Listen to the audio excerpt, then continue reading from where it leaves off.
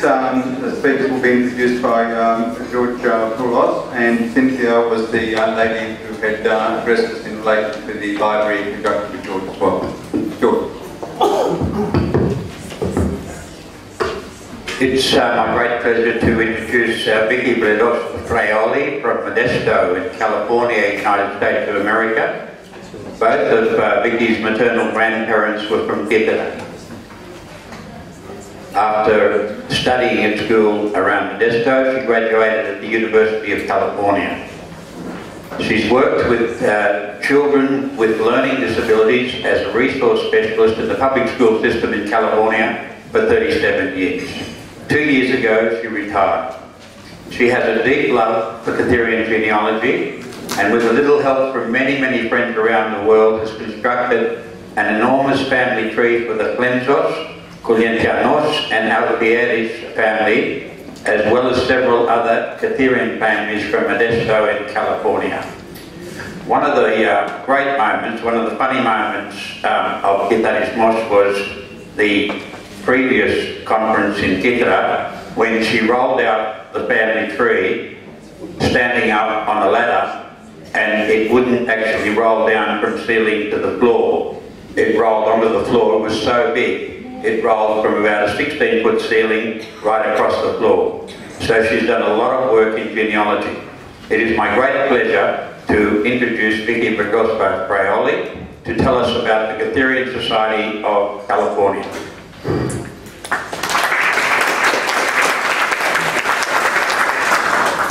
Okay, so my grandparents were Maria Clemsos from Kytherianica, and my grandfather was Yannis Alfieris from Potamos.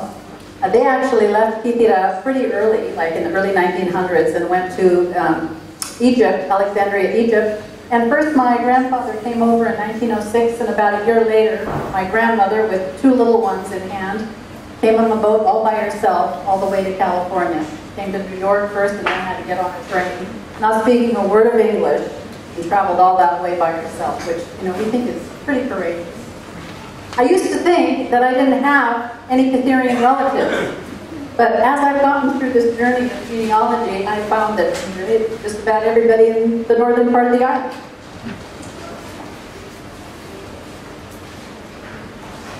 I think most of you already heard my story from before. My family is from Potamos, and I am also a part of the Kytherian Society of California, and I'm here as a supporter with Vicky. So we'll tell you a little bit more about the society and the work that we do. So, the Kytherian Society of California was founded in 1950. The man up there, of course, is my papu. I'm very proud of my papu, John Alfieris. And they had this little booklet that had the Constitution, and I just took this little paragraph out, which says the objectives of the association are to promote and facilitate the fraternal interests of persons whose heritage originated from the island of Kythera, Greece, to promote social activities among its members, and to extend moral and material assistance to the needy residents. So here we are today. This is our Kytherian Society members. Recording secretary on the left, Melissa Neofis-Mischak. She lives in Alameda. Corresponding secretary and webmaster, me. I live in Modesto, which is about an hour and a half away from her. The president and treasurer is Catherine Stathis, Alfieris Stathis, my cousin. And she lives in Livermore, which is sort of in between Alameda and Modesto. Vice President Elaine Moulos lives in South San Francisco, and the videographer is another cousin of ours, Ted Zemanis, and he lives in further south of San Francisco. So we're all kind of spread out, as you can see. We don't actually have a whole lot of meetings where, as officers, we get together because we're so far apart. So we just usually do Skype meetings. So we'll say, okay, this time we're going to get on Skype, and we do most of our business over Skype. So our activities. Not a lot of them, but basically we have an annual luncheon celebrating the Panegyri of the Mirkit. We do whatever we can to contribute to the island, and you've kind of heard George talk about some of the things that we've been doing. We have one thing that we're very proud of is our annual scholarship awards, and we have a website which has, I think, really expanded our just being able to reach out to other people and have people find us through our website. So I'm going to kind of take you through a typical Panagidi. So this is last year's Panagidi. We met at the Castro Valley Greek Orthodox Church. It's a smaller Greek community. The priest here is Father Michael Previs, and his wife happens to be of Kytherian descent. So we have an archoblasia there, and then afterwards in the church hall, we have our Panagidi luncheon. This year we had about 75 attendees, which is a really good amount of people to have. Normally, you know, we get between 60 and 70 people usually. This year was a little bit larger. After we have lunch, we usually have a memorial for people that have passed in the last year. This year we had 3 members that passed. So this is Catherine, president up there. And also because Dante passed away, we honored him and had a moment of silence for him. As I said, one of the things that we're most proud of is our scholarship. Anastasia Kondos was our president for many years, and she passed away in 2004, unfortunately, from cancer. And when she passed away, we established our Anastasia Kondos Scholarship. And we are very proud to say that all of these young people that you see, whoops, right here, sorry about that, have gotten scholarships. And over those years, we have given out $8,500 in scholarships. We're very proud of that. Our 2013 scholarship recipient was Cynthia's daughter. Yay! This is my beautiful daughter, and she actually has a bachelor's degree already in French studies, and she is currently working on a master's in occupational therapy. One of the things that the scholarship fund does is it makes the children of Kytherians think about where they came from. So that is the big thesis that they need to write. They need to talk about what being Kytherian means to them. And for my daughter, she almost didn't apply because she said, gosh, you know, I really don't know much. But I encouraged her and gave her a lot of information and books, and she did some research, and she did a little history of the island and a history of her family. And so that made her very interested in Kythera, and she is dying to get there. So she hasn't been there yet, but we're hoping once she gets her degree, she'll be able to go. And now that there's a soccer field on the island, that will encourage her more because she's also a soccer player and played for her college. So hopefully she'll go, and she loves to do community service, and maybe she'll do a girls' training while she's there.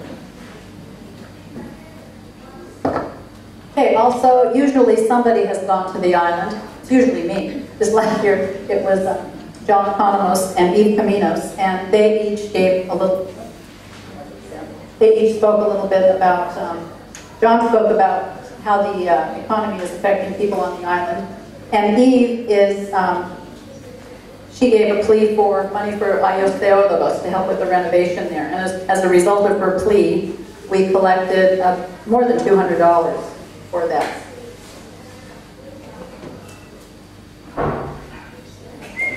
Okay, we also have an honorary Kytherian award that we give out each year. Oh, that went too far. Yeah, yes. Okay, so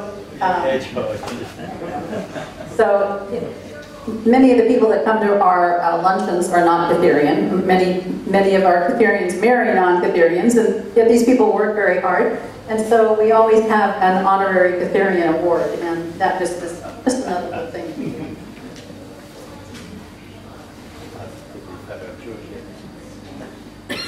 Okay, we have an agora, which is a big hit. Whoever goes to Greece brings back some goodies, and everybody's always excited to get something because not many of us are able to go to Kythera very often, or even many of them have never actually been. So we have, as you can see, we have some of Dimitri Balsis' photos from I Love Kythera. We have the books. We have 1 year on Kythera there. We have some of Peter Bernays' books there, and little knickknacks, and everybody usually enjoys getting those.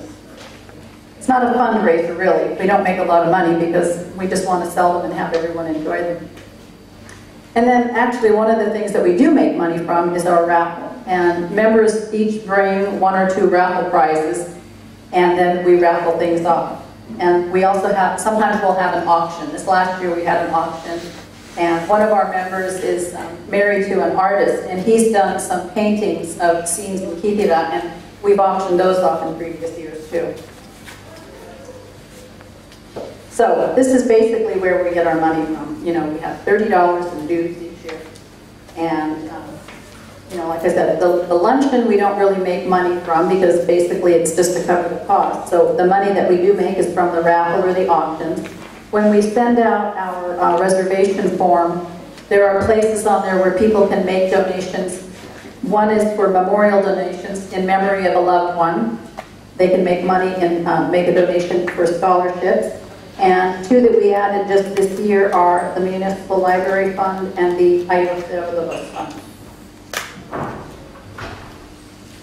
So back in 1950, they had 57 charter members. 2014, we have 36 paid members. That's quite different from what you guys have here.